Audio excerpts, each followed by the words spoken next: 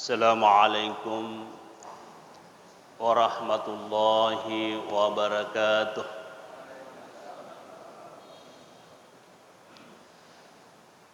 Bismillahirrahmanirrahim.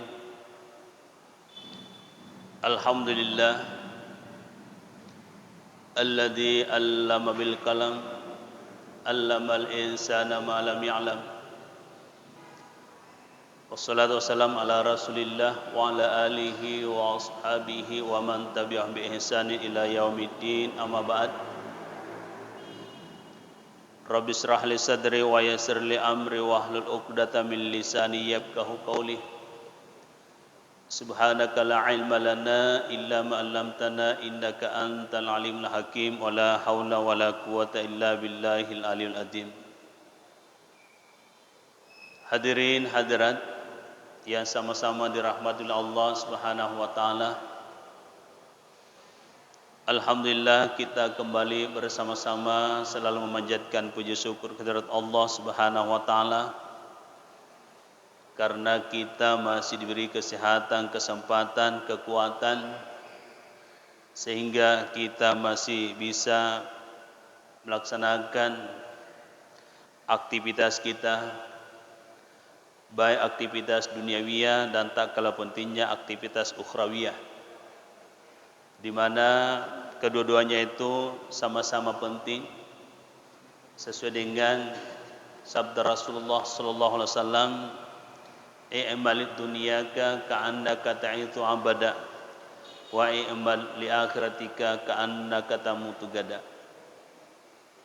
Carilah duniamu seolah-olah engkau akan hidup selama-lamanya, dan carilah pula akhiratmu seakan-akan engkau akan mati besok. Jadi artinya hadis itu memotivasi kita agar dua kehidupan itu harus kita benahi semua. Dan Allah juga sampaikan kepada kita, dan doa ini semuanya sudah hafal, doa pamungkas, Rabbana atina fid dunya hasanah wa fil akhirati hasanah wa qina adzabannar. Yaitulah tanda bahwa dua kehidupan itu sama-sama penting, kehidupan dunia dan kehidupan akhirat. Hadirin hadirat yang dirahmati Allah Subhanahu wa taala, insyaallah pada malam hari ini subbahasan kita adalah asal usul tasawuf. Jadi asal usul tasawuf.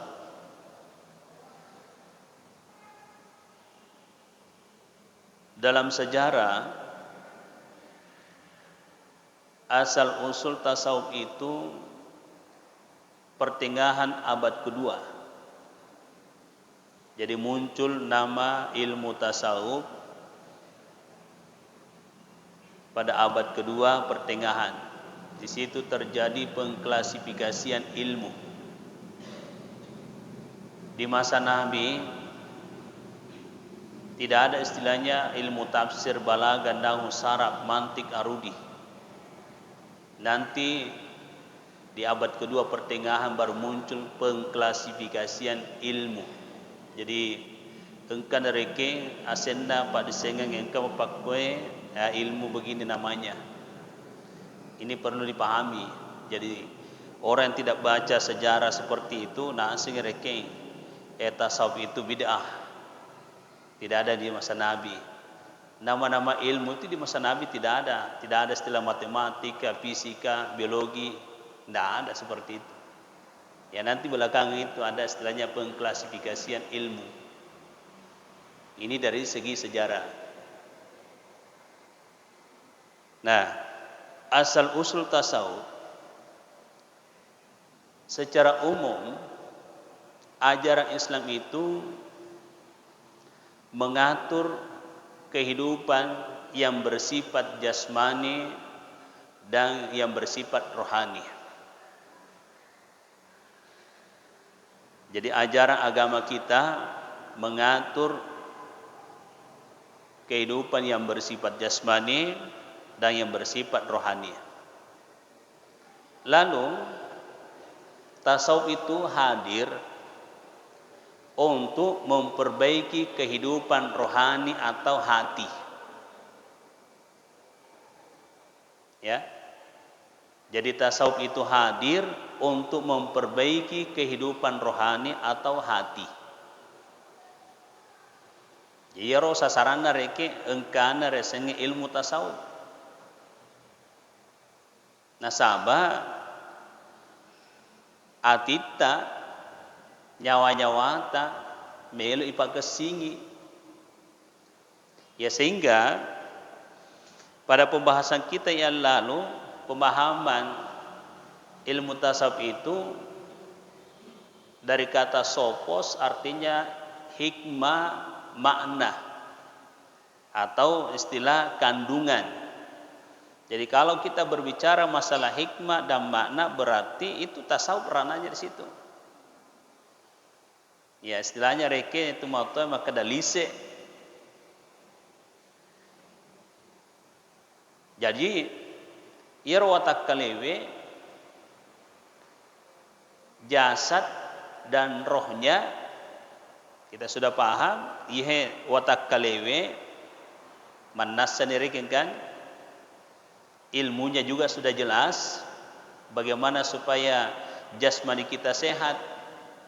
Ada namanya ilmu olahraga, ya toh, kesegaran jasmani itu namanya ilmunya itu, kesegaran jasmani. Nah, kalau rohani atau nyawa atau hati agak usir pak disinganna. Nah, itulah disediakan tasawuf. Ya, sehingga Syekh Muhammad Amin Al-Qurdi mengatakan wa'lam anna tasawuf yuqalu lahu ilmul batin. Ketahuilah bahwa sesungguhnya ilmu tasawuf itu disebut ilmu batin. Jadi batin itu artinya hati, rohani.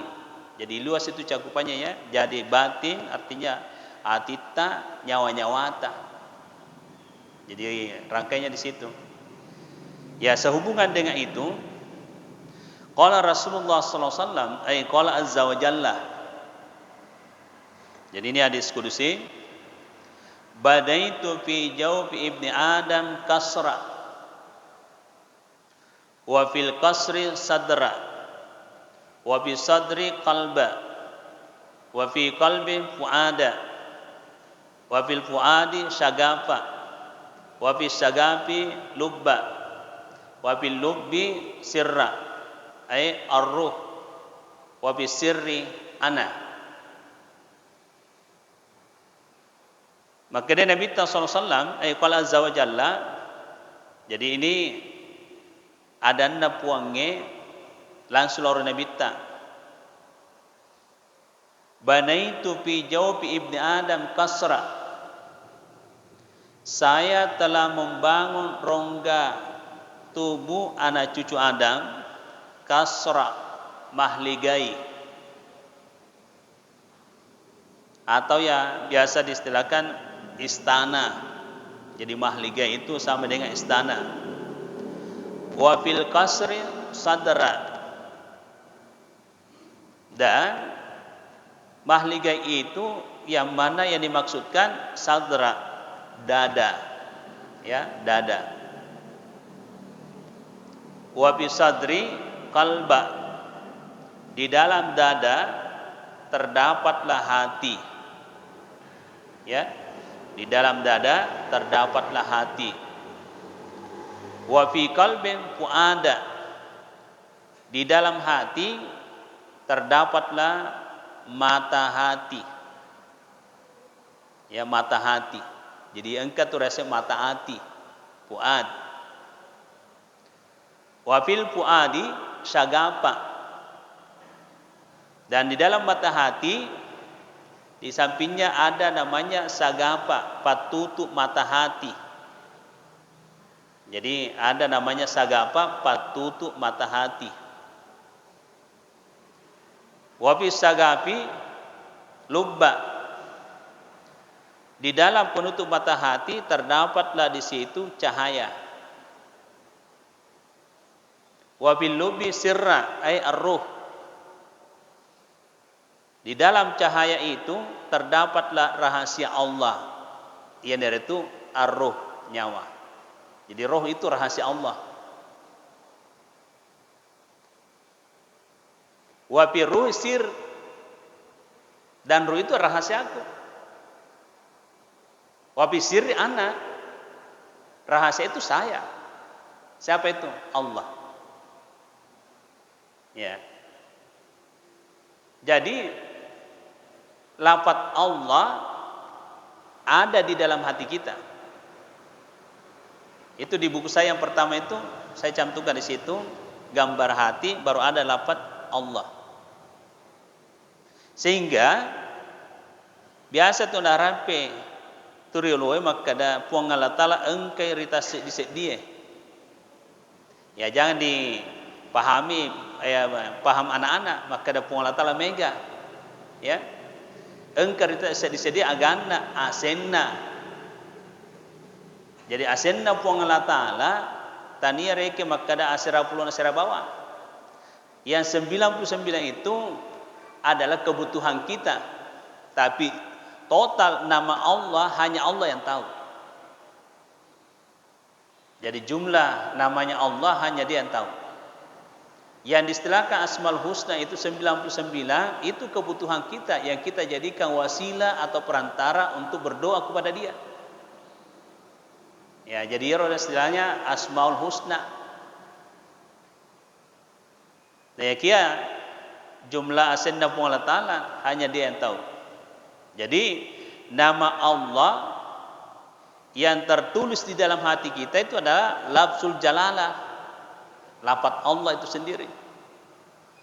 Ya sebentar kita telusurkan, insyaallah akan sampai ke situ nanti. Ya kita mulai dulu dari awal. Banaitu fi jawfi ibni Adam kasra. Jadi dari hadis kudusi ini mengingatkan bahwa tubuh kita ini adalah bangunannya Allah. Jadi rawata kalewe bangunanna tu puang Allah Taala. Tania bangunanna tu matoai. Sehingga mereka makada tubuh kita itu adalah bangunannya orang tua. Mari kita buktikan. Mega kutu kajian sudah puluhan tahun suami istri de pagaga wijana. Itu pembuktian.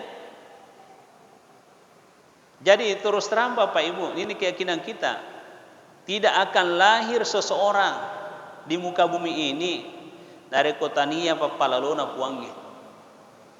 Jadi janganlah khawatir tentang masalah makanan kita, kebutuhan kita. Dia nak janji rupa tahu rilino na rekotani elok na puang itu. Jadi bukan maunya orang tua itu, bukan. Jadi yang perlu kita pahami di sini apa maksud Allah sehingga Dia ciptakan hambanya. Jadi agar maksudnya puang Allah Ta'ala nana pancaji wi rupa tawi. Na pudangi puang Allah Ta'ala ra kurangi makada wa ma khalaqtul jinna wal insa illa liya'budun. Deu pancaji bawangi bangsa jinge ini bangsa rupa tawi sangadina beribadah. Jadi yero ibadah tugas pokok sebagai hamba. Jadi orang yang sudah benar caranya menghamba kepada Allah, ingat, orang yang sudah benar caranya menghamba kepada Allah, akan pedangi puang Allah Ta'ala dari hadis kudusi. Ya dunia, ukhdumi man khadamani, wastakhdimi ya dunia man hadamaki. Lino, ladeni wi ataku, yang betul-betul menghamba kepada saya.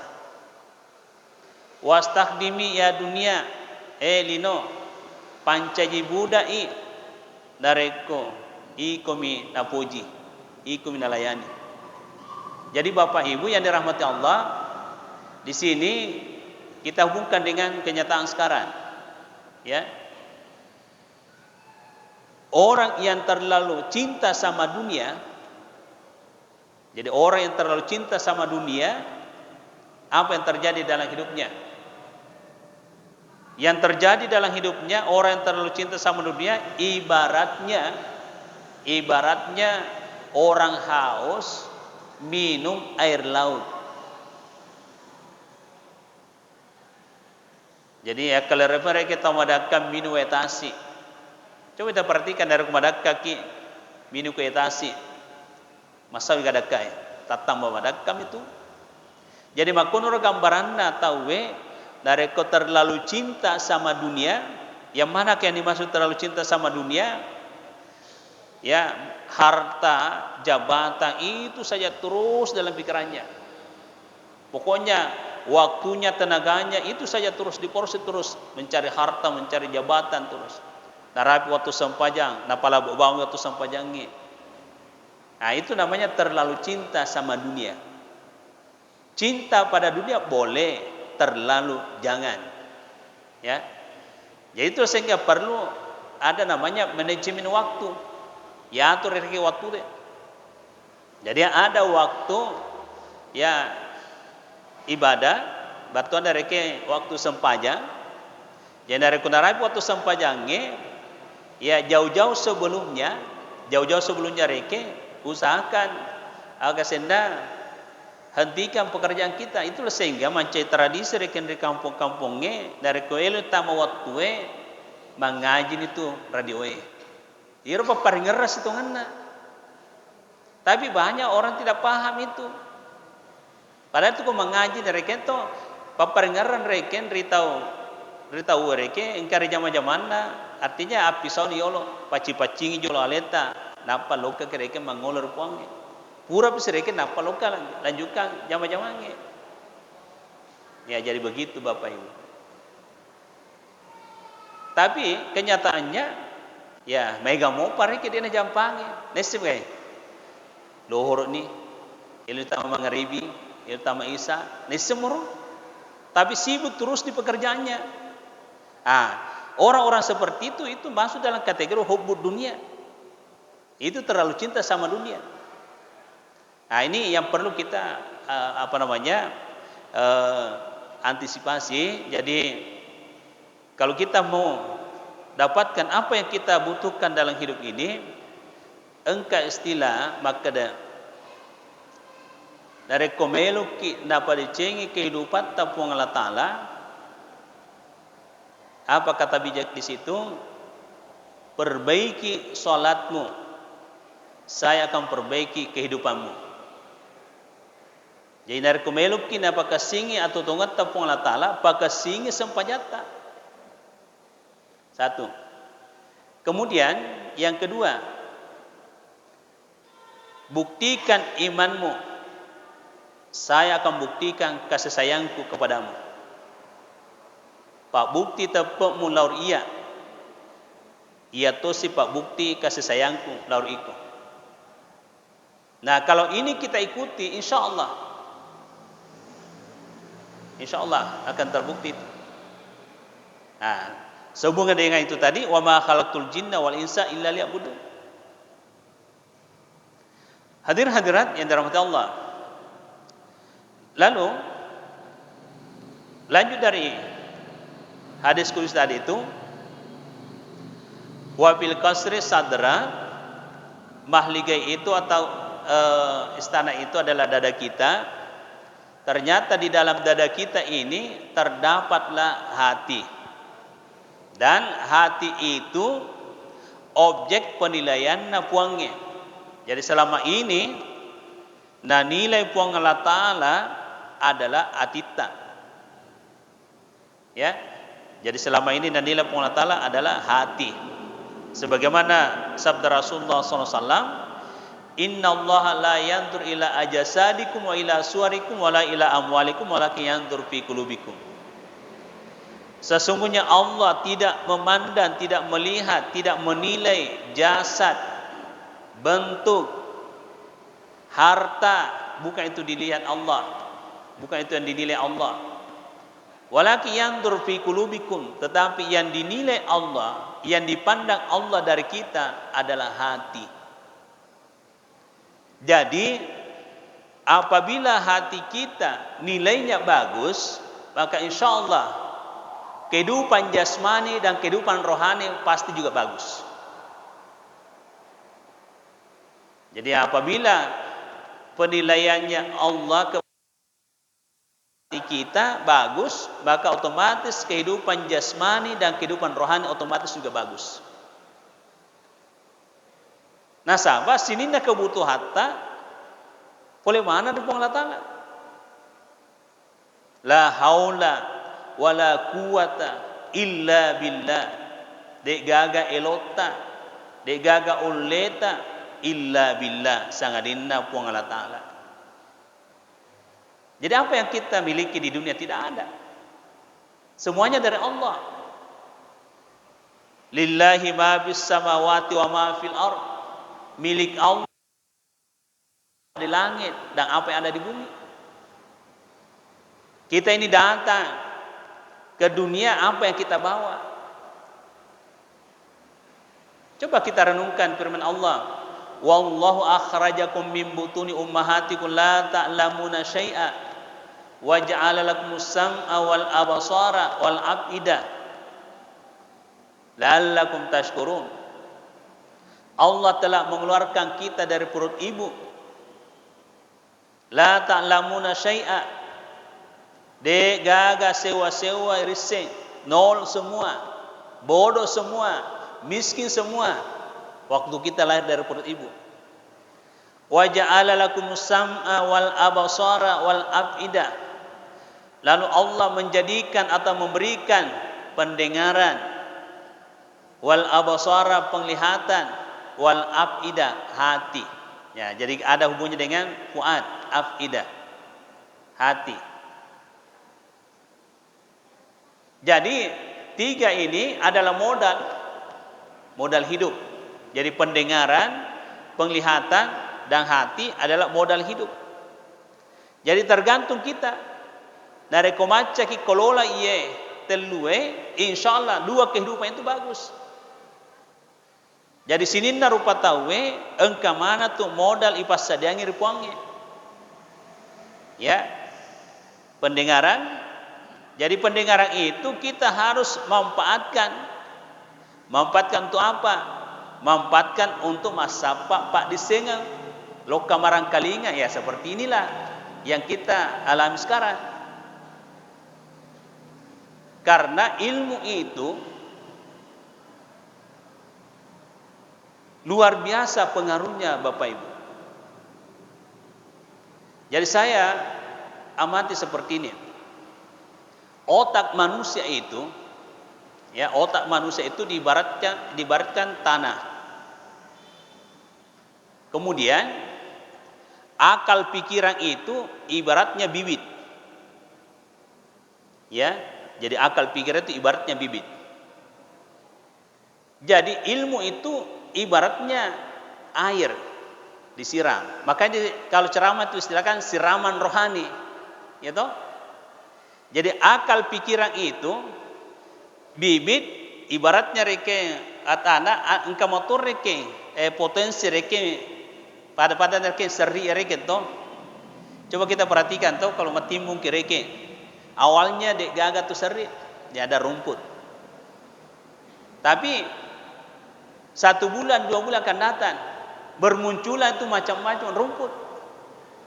Pertanyaannya boleh kegero seri Nari waktu reke matimu tanah reke kosong gondul reke to degaga ser reke.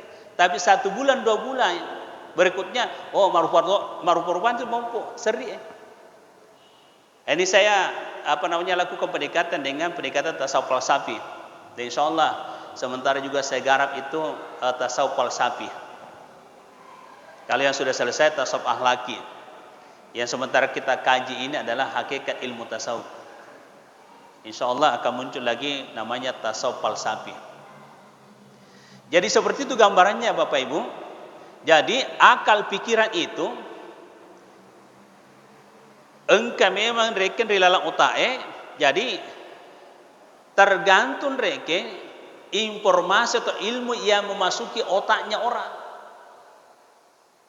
Nah, kalau ilmu yang masuk di otak kita bagus, maka otomatis akal pikiran itu akan tumbuh bagus.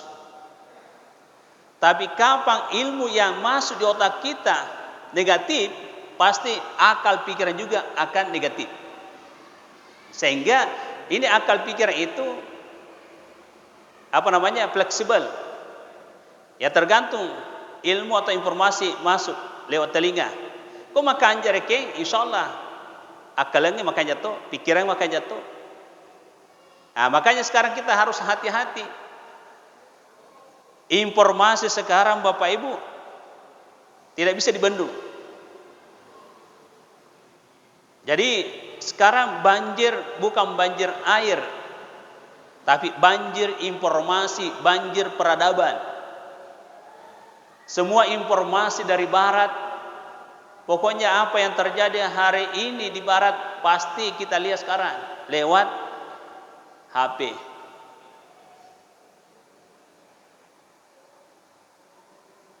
Jadi kita harus hati-hati. Dulu di masa Nabi Nuh, banjirnya itu air betul. Tapi sekarang banjir informasi. Dan itu lebih berbahaya daripada banjir yang terjadi di masa Nabi Nuh. Kita hubungkan dengan sejarah waktu Nabi Nuh alaihissalam.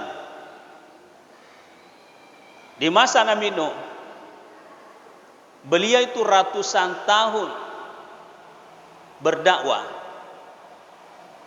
Ya, ratusan tahun berdakwah Nabi Nuh. Tidak sampai 70 orang pengikutnya. Tidak sampai. Kita bayangkan ini ratusan tahun. Ada riwayat menyebutkan 700 tahun berdakwah Nabi Nuh. Umatnya atau pengikutnya tidak sampai 70 orang. Sehingga Nabi Nuh setiap minta sama Allah dikasih. Jadi pada waktu itu Nabi Nuh minta, karena dia sudah istilahnya diistilahkan putus asa tidak juga. Maka dia Nabi Nuh patur sisen ni puang. Bosie, taruh di banjir, taruh tenggelam ia lino. Nah mati mana? Tahu Tapi maka dia Nabi buka jolo kapal perahu. Maka dia Nabi Nuh alatnya puang. Ternyata pada masa itu maka dia pun Allah Ta'ala silakan tanam pohon matana ke jolo. Nah ini sudah ada informasi bahwa akan terjadi nanti banjir, akan tenggelam dunia. Nah disuruh dengan Nabi Nuh kapala bikin perahu, bahannya belum ada. Nah, lalu disuruh tanam pohon. Nah pendek kata, ya namanya saya tanam pohon bukan saja 1 tahun 2 tahun, tapi beberapa tahun baru bisa dipakai. Ya buka kepala kan? Ini artinya apa? Proses itu panjang. Jadi kalau ada sesuatu yang kita inginkan harus melalui proses. Jadi pendek kata, Nabi Nuh waktu itu sudah selesai bikin perahu. Apalagi yang terjadi dari kaumnya? Ipatotoai mi Nabi Nuh. Riasin ni tahu jangan. Maka deh kaumnya pedek jangan ni Nabi Nuh. Masa buka kepala resep bulu nama kabila tu tasi tambah stres ki Nabi Nuh. Nasa ipatotoai. Ya paling sadis lagi Kaum pada masa itu nasuro mana sereke loka jambang reke perahuna Nabi Nuh. Jadi perahuna Nabi Nuh buke tai. Wah, pede stres ki Nabi Nuh pede mapatotare ke kaum pada masa itu. Jadi namo tahu malasa na renreton reke ajena lo koto jambak koro. Na luru na sabtu malasa reke mabuang reke koro. Riasena reke tai penumanan reke alena tai gangkanna reke sembuh penyakitnya. Lisu yoro tawe ya sehat kembali. Maka da mana sereke si bona majapan itu je. Tegon itu Pak Bura. Yoro ko kapalana Nabi Nuh, yoro tayang ke kor Pak Bura mana? Buka mana? Loka mana sereke nage ge iro, tau malasel ko mana? Pajamana reke sembuh semua. Ya, ada apa dengan itu? Ini ada hikmah Bapak Ibu. Jadi pendek kata, ya setelah riwayat ini turunlah hujan sampai betul-betul banjir. Ya sampai betul-betul banjir. Nabi Nuh cari anaknya Kan'an. Nah, cari kiri kanan tidak ada. Berteriak Nabi Nuh, Kan'an, di mana kina? Tapi mapibali ni Kan'an, adakah di sini Abi? Naik kina di kapal, banjir. Apa kata anaknya?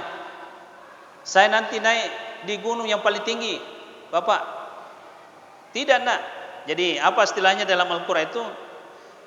Ya bunayya irkam ma'ana, wahai anakku, wahai anak kesayangku, enreki mae rikapalae.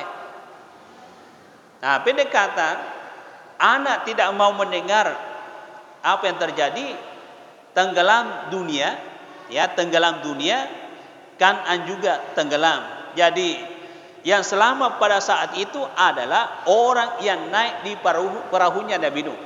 Binatang-binatang yang naik di perahunya Nabi Nuh, itulah yang hidup pada masa itu dan itulah berkembang sampai sekarang. Jadi ini hikmahnya saya hubungkan dengan kondisi sekarang. Sekarang banjirnya bukan banjir air tapi banjir informasi, banjir peradaban. Lalu apa yang harus kita lakukan supaya bisa kita selamat dari banjir informasi, banjir peradaban? Perahunya adalah masjid. Arahkan semua keluarga anak kita ke masjid berjamaah supaya bisa selamat dari banjir peradaban, banjir informasi. Arahkan semua keluarga kita untuk ikut pengajian seperti ini supaya dia bisa selamat dari banjir informasi, banjir peradaban.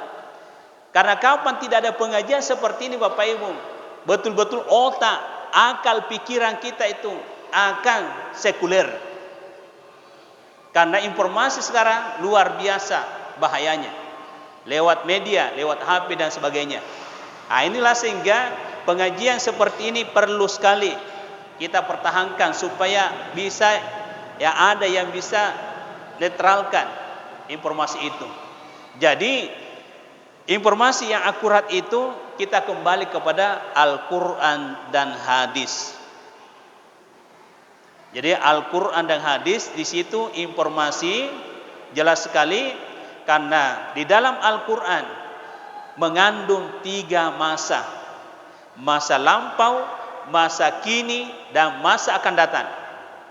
Jadi jangan khawatir. Makanya Al-Quran di ayat pertama itu Dalikal kitabu la raiba fihi hudal lil muttaqin.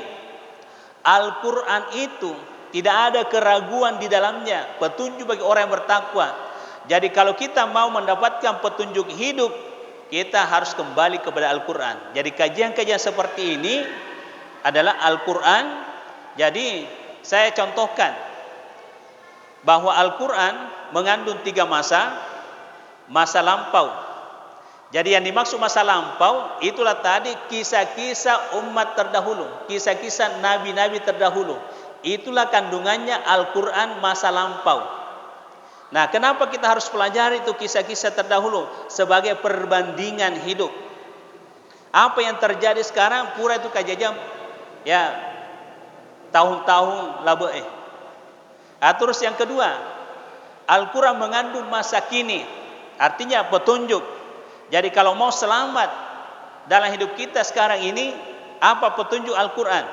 Petunjuk Al-Quran, walau anna ahlal qura amanu wattaqau lapatahna alaihim barakatim minas sama'i wal ard walakin kadzabu fakhaznahum bima kanu yaksibun. Sekiranya penduduk negeri itu amanu wattaqau, dia betul-betul buktikan imannya, buktikan ketakwaannya, lapatahna alaihim barakatim minas sama'i wal ard, kami pasti bukakan pintu berkahku yang ada di langit dan yang ada di bumi, kata Allah. Walakin kadzabu, tetapi mereka banyak yang pembohong, artinya tidak percaya informasi yang disampaikan Allah di dalam Al-Quran. Banyak yang tidak percaya informasi yang disampaikan Rasulullah lewat hadis. Padahal itu informasi akurat dari Al-Quran dan hadis, itu informasi akurat, tidak diragukan. Nah, tapi mereka banyak tidak percaya. Apa kata Allah? Fakhaznahum bima kanu yaksibun. Kami turunkan azab siksaan sesuai dengan tingkah laku mereka. Nah, inilah yang terjadi sekarang. Jadi solusinya amanu wattaqau. Ini jaminan. Apabila kita mampu membuktikan keimanan kita, ketakwaan kita, agar dapat puangi lapatahna alaihim barakatim minas sama'i wal ard. Kami pasti bukakan pintu berkah yang ada di langit dan yang ada di bumi.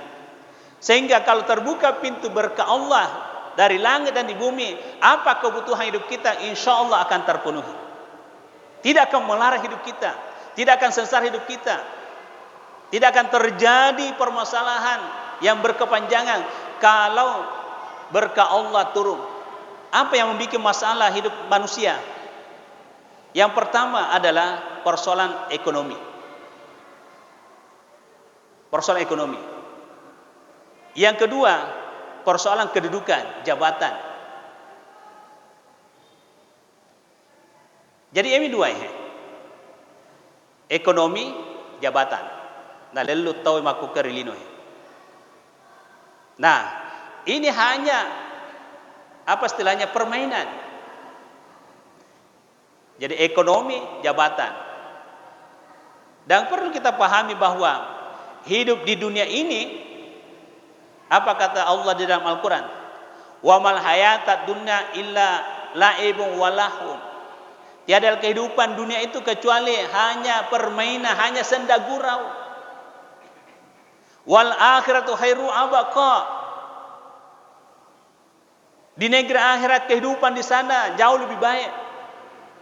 Jadi itulah sehingga kita hidup di dunia ini untuk mempersiapkan kehidupan yang abadi. Karena selama hidup di dunia, jangan mimpi tidak akan ketemu masalah. Sepanjang sejarah manusia, depa gaga rupa tahu mondo rilino na dek gaga masalah. Karena memang dunia itu tempatnya masalah. Tempatnya masalah. Kapan manusia tidak dapat masalah? Nanti ditinggalkan dunia. Jadi itu sehingga dunia perlu kita pahami. Selama kita tinggal di dunia, susah senang silih berganti. Jadi kapan orang bisa senang terus? Nanti ketika manusia sampai di surga. Jadi narekulet tu niri surga. Nyaman na tumatar di nagaga susah. Terus engkau toreke di akhirat tamaranaka. Jadi orang yang masuk neraka itu susah matur-tur di naga nyaman. Jadi makanya dunia ini perjuangan. Makanya kita harus berlomba-lomba untuk melakukan kebaikan. Yang disediakan dalam Al-Quran fastabiqul khairat. Mari kita berlomba-lomba untuk melakukan kebaikan. Ya hadirin hadirat yang dirahmati Allah Subhanahu wa taala. Jadi kita kembali bahwa afidah, hati adalah modal kehidupan. Jadi kapan hatinya seseorang itu baik, maka insya Allah baiklah seluruhnya. Ala wa inna fil jasadi mudghah idza saluhat saluhal jasadu kullu wa idza fasadat fasadal jasadu kullu ala wahiyal qalb. Ingat, sesungguhnya di dalam tubuh kita ada segumpal daging. Idza saluhat saluhal jasadu kullu. Kalau itu baik, maka baiklah seluruhnya. Yang mana yang dimaksudkan? Akal, pikiran insya Allah akan baik kalau hati baik. Wa idza fasadat fasadal jasadu kullu. Kalau itu rusak, betul enggak? Dari kuatita masolang, maka akal pikiran pasti rusak. Tutur kata juga pasti kasar, jorok. Tingkah laku juga pasti tidak baik. Nasaba iro atie masolang. Hadir-hadirat yang dirahmati Allah. Jadi inilah sasaran bahwa kehadiran ilmu tasawuf untuk memperbaiki kehidupan rohani. Dan saya lihat bahwa kapan kehidupan rohani baik, ternyata juga kehidupan jasmani ikut juga baik. Hadirin-hadirat yang dirahmati Allah. Ya, lalu lanjut daripada itu, cara memperbaiki kehidupan rohani atau hati adalah salat. Ya. Jadi cara memperbaiki kehidupan rohani atau hati adalah salat. Allah Subhanahu wa taala telah berfirman dalam Quran surah Al-Baqarah ayat 153. A'udzubillahi minasyaitonir rajim. Ya ayyuhallazina amanu ista'inu bis-sabri was-salat innallaha ma'as sabirin. Jadi apa maksudnya ayat ini sehingga dikatakan perbaikilah kehidupanmu lewat salat? Karena salat itu adalah kunci segala kebaikan. Jaya rodendre orang pengini makada perbaiki salatmu, saya akan perbaiki kehidupanmu. Itu kata Allah. Buktikan imanmu, saya akan buktikan kasih sayangku. Nah, bagaimana cara memperbaiki salat? Nah, cara memperbaiki salat dengan pendekatan tasawuf. Syariat, tarekat, hakikat, ma'rifat. Ya, jadi cara memperbaiki salat dengan pendekatan tasawuf, syariat, tarekat, hakikat, ma'rifat. Mana syariatnya salat? Mana tarekatnya salat? Mana hakikatnya salat? Dan mana yang dimaksud ma'rifat di dalam salat? Bapak Ibu yang dirahmati Allah. Pertama, syariat. Pengertian syariat adalah aturan atau hukum-hukum Allah. Jadi syariatna sampajange yanaritu. Sara asana sampajange, sara wajibna sampajange, rokonna sampajange. Itulah syariatnya salat. Jadi pagasingero. Jadi syariatna sampajange engkarese sara asana sampajange, engkarese sara wajibna sampajange, engkarese rokonna sampajange. Itu syariat, itu aturan. Nah, itu harus dipahami dan diamalkan. Kemudian yang kedua, tarekat. Kegarese tarekatna sampajange. Tarekat dari kata tarikh, apa artinya? Jalan. Jadi maksudnya yang dijalankan adalah syariatna sampajange. Jadi itulah sehingga jangan salah tarekat. Jadi tarekat itu dari kata tarikh, jalan. Batuanna yang dijalankan adalah syariatna sampajange, sarasana, sarawajibna, rokonna, itu yang harus dijalankan. Itulah istilah tarekat. Tapajopa ya roh. Jadi aja na salah tarekat. Jadi begitu. Kemudian hakikat. Kegaris yang hakikatna sampajange. Hakikatnya salat sesuai dengan firman Allah Subhanahu wa taala, inna sholata tanha anil fahsya'i wal munkar. Sesungguhnya salat itu dapat mencegah dari perbuatan keji dan mungkar. Jadi hakikatnya sholat itu dapat mencegah kita dari perbuatan keji dan mungkar. Jadi roh hakikatnya sempajangi.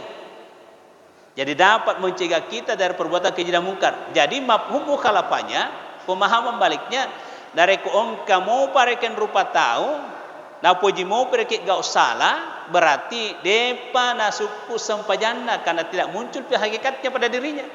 Jadi contoh, na puji mau pi mak belle, mak papar mundri, gosip, nala gagana tahu, itu kan semua perbuatan keji dan mungkar. Berarti sempajangnya tidak memberikan pengaruh sama dia. Berarti engkau salah tuh. Engkau reken dia na penuhnya rende sarasana sarawajina dengan rokona. Tapi yakin Bapak Ibu, dari ko suku mana nge, maka sing reken pajo pana reken sarasana sarawajina surokona, insyaallah otomatis itu akan muncul hakikatnya. Hakikatnya itu dapat mencegah kita. Jadi ada kekuatan. Jadi engkau reken tamar ya titta tu, nata go ya titta, nareko engkau reken anu majak. Pasti makan parah tuh. Ajak nu alaya tuh. Disitulah hakikatnya sholat. Jadi hakikat sholat sebenarnya itu mencegah kita dari perbuatan keji dan mungkar. Jadi nareko engkau tahu reken napuju mopi malah karena tahu ya, korupsi dan sebagainya. Berarti sholat yang dilakukan itu belum diterima. Ini pendekatan tasawuf ya. Nah, terus ma'rifat. Tiga rasa ma'rifat. Jadi pengertiannya ma'rifat yang saya sampaikan yang lalu itu adalah rasa, mengenal. Jadi wa illam tasuk lam ta'rif. Jadi apabila kamu belum rasakan, kamu belum kenal. Ya. Jadi ma'rifatnya salat itu adalah ketenangan, ketentraman, kedamaian dalam hidup kita, baik di dunia, lebih-lebih nanti di akhirat. Jadi inilah semua yang harus kita pahami, bahwa salat sebenarnya itu kalau baik, maka singi insyaallah akan terpenuhi kebutuhan hidup kita. Jadi ya menurut perlu ikaji paiman reke bahwa rukun sempajange maraga reke me pugau kena. Jadi rukun salat itu ada 17 ya. Jadi rukun sempajange 10 itu, dan itu dibagi 3 lagi. Bagi 3. Rukun kalbiyah, rukun qauliyah, dan rukun fi'liyah. Jadi rukun kalbiyah tawana atiyah. Jadi tawana atiyah 2. Niat dan tertib. Jadi niat dan tertib. Yero tawana atiyah. Nah, rukun qauliyah tawana lilai. Jadi sininna reken baca-bacana ilal sempajang itu bagianna lilata. Jadi engkau biasa tahu mas sempajang nase surah Al-Fatihah na baca ilalangati, itu tidak sah. Ya. Nah sahabat tawana lilai. Bagian hati itu niat. Jadi harus memang dilapatkan, hanya kita tidak bisa bersuara kalau bukan kita imam. Tapi ini lilata, harus reke pakai kedur kita baca surah Al-Fatihah dan beberapa bacaan lain. Aja baca lalangati. Nah sahabatannya itu tawana hati manasa niat dan tertib. Jadi bacaan-bacaan itu lidah harus goyang-goyang itu membacanya itu. Nah itu rukun qauliyah. Nah rukun fi'liyah gerakan-gerakan salat. Jadi totong, ruku. Nah, sudah itu ada namanya tumaknina. Jadi tumaknina juga masuk rukun itu. Masuk rukun itu tumaknina. Mondok kita nampak masau saureke. Napa moto kita rokok ya. Setelah bangun harus ada lagi tumaknina. Jadi totalnya itu ya 10, kemudian qauliyah 5. Jadi jumlahnya secara keseluruhan ada 17. Jadi itu harus dipenuhi semua. Kapan tidak terpenuhi, maka kita bisa lihat nanti, kita bisa evaluasi dari palongan sempajangnya. Jadi ia patut resing reke makadana terima ka sempajata pun Allah Taala, perhatikan palongan sempajangnya. Engkana reke ilalan rati tamattago makada aja nala itu anu harang ya tu. Dari kode pigaga matago makada anu harang itu nala dan seterusnya, berarti salat belum berkualitas.